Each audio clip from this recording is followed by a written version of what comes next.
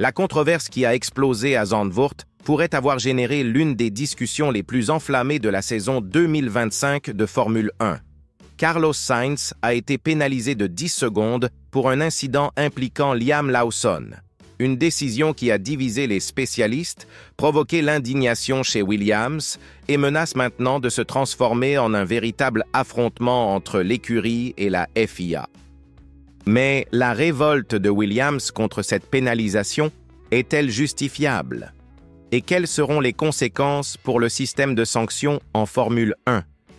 La réponse à cette question pourrait révolutionner complètement la façon dont les pilotes aborderont les disputes à l'avenir.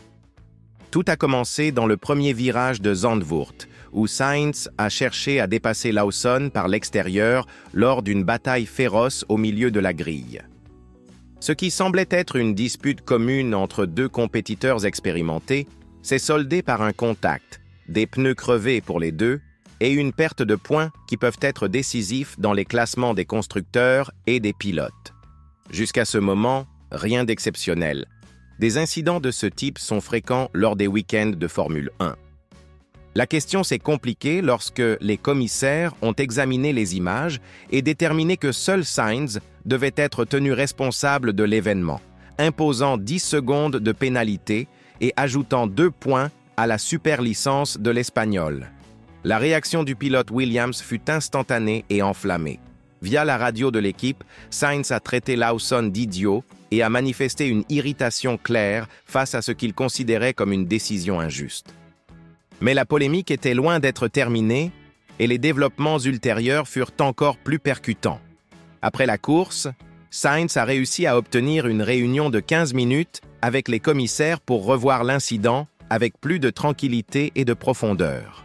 C'est durant cette conversation particulière que la situation est devenue véritablement intrigante. Selon le récit de Sainz lui-même, lorsque les commissaires ont finalement eu accès à toutes les preuves disponibles et ont pu examiner les angles appropriés des caméras embarquées des deux véhicules, il est devenu clair qu'ils ont réalisé que la décision appliquée n'était peut-être pas la plus juste. Imaginez l'embarras. Les arbitres de la course eux-mêmes admettant implicitement qu'ils ont probablement commis une erreur significative d'analyse, mais la punition avait déjà été officialisée et les points précieux définitivement perdus. Williams n'a pas accepté cette situation absurde et est immédiatement passé à l'offensive juridique. L'équipe de Grove a officiellement confirmé la soumission d'une pétition formelle de droit de révision auprès de la FIA, contestant vigoureusement la pénalisation imposée à Sainz et demandant une réévaluation totale de l'épisode. Dans une déclaration officielle, Williams a clairement souligné qu'elle a besoin de comprendre comment concourir adéquatement à l'avenir et attend un résultat favorable de la Fédération internationale. En interprétant le langage protocolaire, si cette décision polémique est maintenue, comment les pilotes sauront-ils précisément ce qui est permis ou interdit dans les disputes en piste? Où se situe exactement la frontière entre une course agressive mais propre et un comportement considéré comme punissable par les commissaires? Sainz a été encore plus incisif et objectif dans ses critiques du système en vigueur. L'Espagnol expérimenté, qui a déjà remporté 4 victoires dans sa carrière, n'a pas seulement remis en question la décision particulière de son cas, mais a durement critiqué tout le mécanisme d'arbitrage actuel de la Formule 1. Pour lui, la catégorie devrait mettre en place des commissaires fixes et stables, au lieu des différents groupes alternés à chaque épreuve, comme c'est le cas actuellement. Le raisonnement présenté par le pilote possède une logique pratique. Si les règlements sont déjà extrêmement élaborés et remplis d'interprétations subjectives, ne serait-il pas infiniment préférable d'avoir toujours les mêmes personnes compétentes interprétant et appliquant ces normes de manière cohérente? Sainz croit profondément que le fait d'avoir des commissaires rotatifs génère une dangereuse inconstance dans les décisions adoptées et laisse les pilotes complètement désorientés sur ce qu'ils peuvent attendre d'une épreuve à l'autre. Cependant, il existe un autre aspect pertinent de cette histoire qui mérite considération. Les commissaires désignés pour Zandvoort ont fait face à un dimanche extrêmement mouvementé et tumultueux, Avec divers incidents simultanés à examiner et de multiples décisions fondamentales à prendre sous une pression intense et un délai restreint.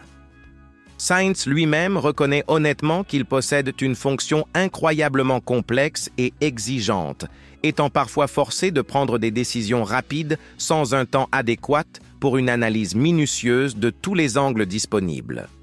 Le grand problème est que cette urgence naturelle peut inévitablement entraîner de graves erreurs de jugement qui coûtent des points extrêmement précieux dans le championnat du monde. La situation embarrassante révèle une vulnérabilité vraiment inquiétante dans le système actuel de pénalisation de la Formule 1.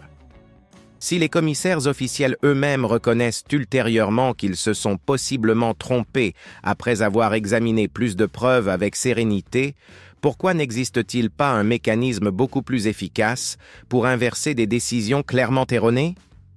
C'est exactement ce que Sainz demande à la FIA. Que la fédération ait une capacité réelle et une flexibilité pratique pour réexaminer et réévaluer complètement les pénalités controversées lorsque de nouvelles preuves importantes émergent ou lorsqu'il devient évident qu'il y a eu une grave erreur de jugement initiale. L'affaire explosive Sainz contre Lawson pourrait bien se transformer en un véritable tournant dans la Formule 1 contemporaine. Si Williams parvient réellement à annuler la sanction par le biais de la pétition, cela établira un précédent extrêmement significatif pour les futures contestations d'autres pilotes et équipes. Des concurrents et des écuries qui se sont sentis lésés auparavant pourraient finalement trouver le courage de remettre en question des décisions controversées qui les ont affectés. D'autre part, si la FIA décide de maintenir inflexiblement la pénalisation originale, elle transmettra un message sans équivoque que ces décisions sont toujours définitives, même lorsqu'elles sont clairement douteuses et controversées. La polémique soulève également des questions fondamentales sur la cohérence et la transparence dans l'application pratique des règlements. Comment expliquer de manière convaincante à des millions de fans dévoués qu'une même situation identique peut être jugée de façon complètement différente selon qui compose le panel de commissaires ce week-end spécifique? Comment préserver intacte la crédibilité du sport si les arbitres officiels eux-mêmes admettent des erreurs graves mais ne parviennent pas à les corriger adéquatement? Sainz a-t-il vraiment raison d'exiger des commissaires fixes et permanents, ainsi qu'une plus grande flexibilité pour réviser les décisions controversées? Ou cette position peut-elle dangereusement ouvrir une boîte de Pandore avec des contestations infinies qui vont inévitablement nuire au spectacle des courses? La réponse officielle de la FIA à cette pétition de Williams pourrait déterminer comment les sanctions seront traitées désormais en Formule 1. Une chose est incontestable. Si la catégorie prétend maintenir sa crédibilité comme le sommet du sport automobile mondial, elle doit urgemment découvrir des moyens de garantir que la justice triomphe toujours sur la piste, même si cela signifie admettre publiquement des erreurs et les corriger rapidement. Après tout, dans un sport où chaque point peut décider de championnats entiers, il n'y a pas de marge pour des décisions discutables qui entachent la compétition.